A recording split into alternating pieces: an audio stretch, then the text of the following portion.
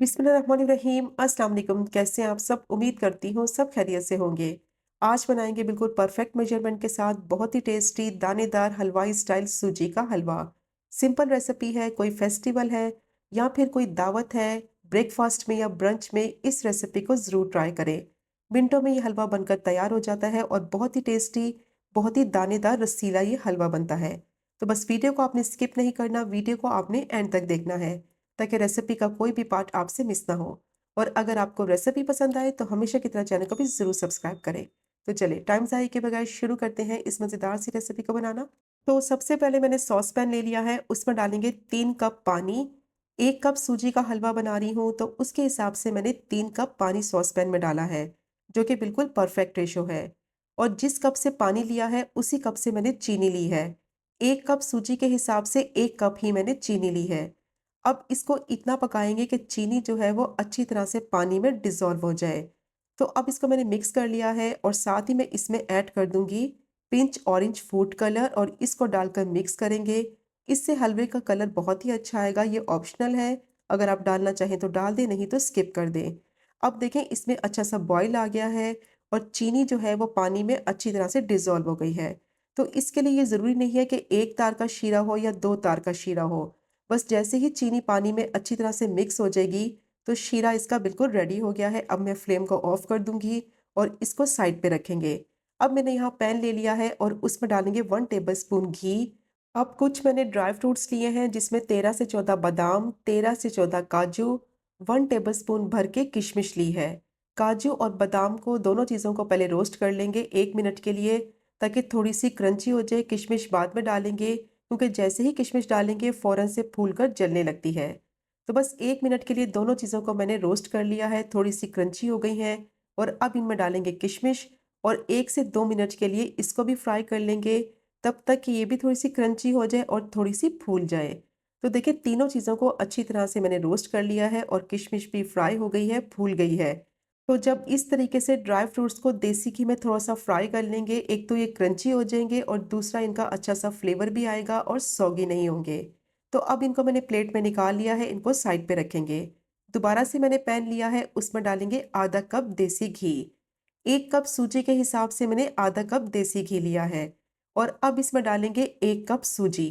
तो जो कप मैंने पानी के लिए इस्तेमाल किया था, वही मैंने चीनी के लिए इस्तेमाल किया था और उसी कप से मैंने सूजी ली है।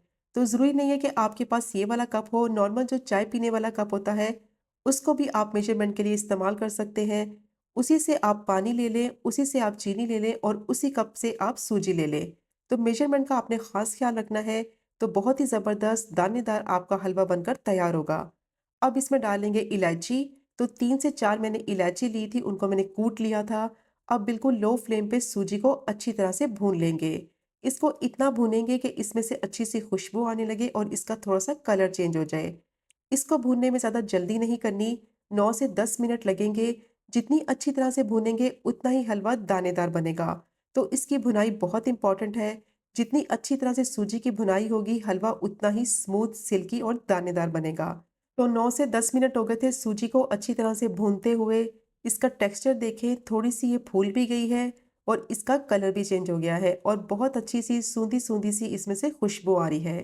तो जैसे ही सूजी को अच्छी तरह से भून लेंगे, तो अब मैंने फ्लेम को लो कर दिया है और अब इसमें ऐड करेंगे जो शीरा बना के रखा हुआ था और इसको आहिस्ता-आहिस्ता डालेंगे ताकि शीरा जो है वो उबल कर बाहर ना आ जाए। और इसको एहतियात से डालें क्योंकि ये बहुत ही गर्म होता है, तो इससे हाथ ना जल जाए। और शीरा डालते ही फ़ौरन से इसको मिक्स करेंगे ताकि इसमें गुठलियाँ ना बने।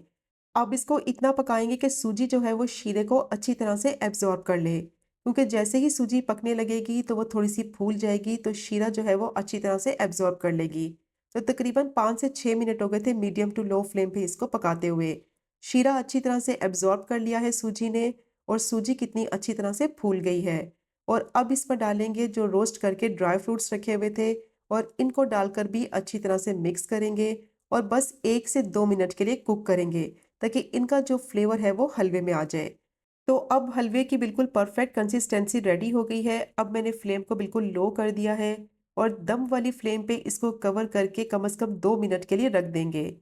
तो देखिए 2 मिनट हो गए थे इसको दम पर रखे हुए। बहुत ही बेहतरीन, मज़ेदार, दानेदार हलवाई स्टाइल हलवा जो है वो बनकर तैयार हो गया है। तो तकरीबन 10 से 15 मिनट लगेंगे। मज़ेदार सा, रसीला सा, दानेदार आपका ये हलवा बनकर तैयार हो जाएगा। तो इसका टेक्सचर देखें कितना ज़बरदस्त बना है, कितना स्मूथ, सिल्की, दानेदार ये हलवा बनकर तैयार हुआ है। तो बस आपने परफेक्ट मेजरमेंट को फ़ॉलो करना है, तो बहुत ही बेहतरीन, मज़ेदार, रसीला आपका ये हलवा बनकर तैयार होगा।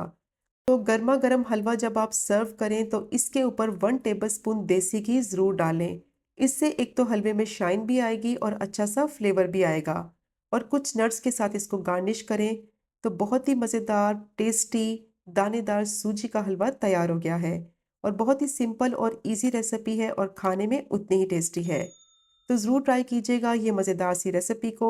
इसको आप सर्व करें पूरी के साथ, पराठे के साथ, ब्रेकफ़ास्ट में या ब्रंच में, बहुत ही मज़े का लगेगा।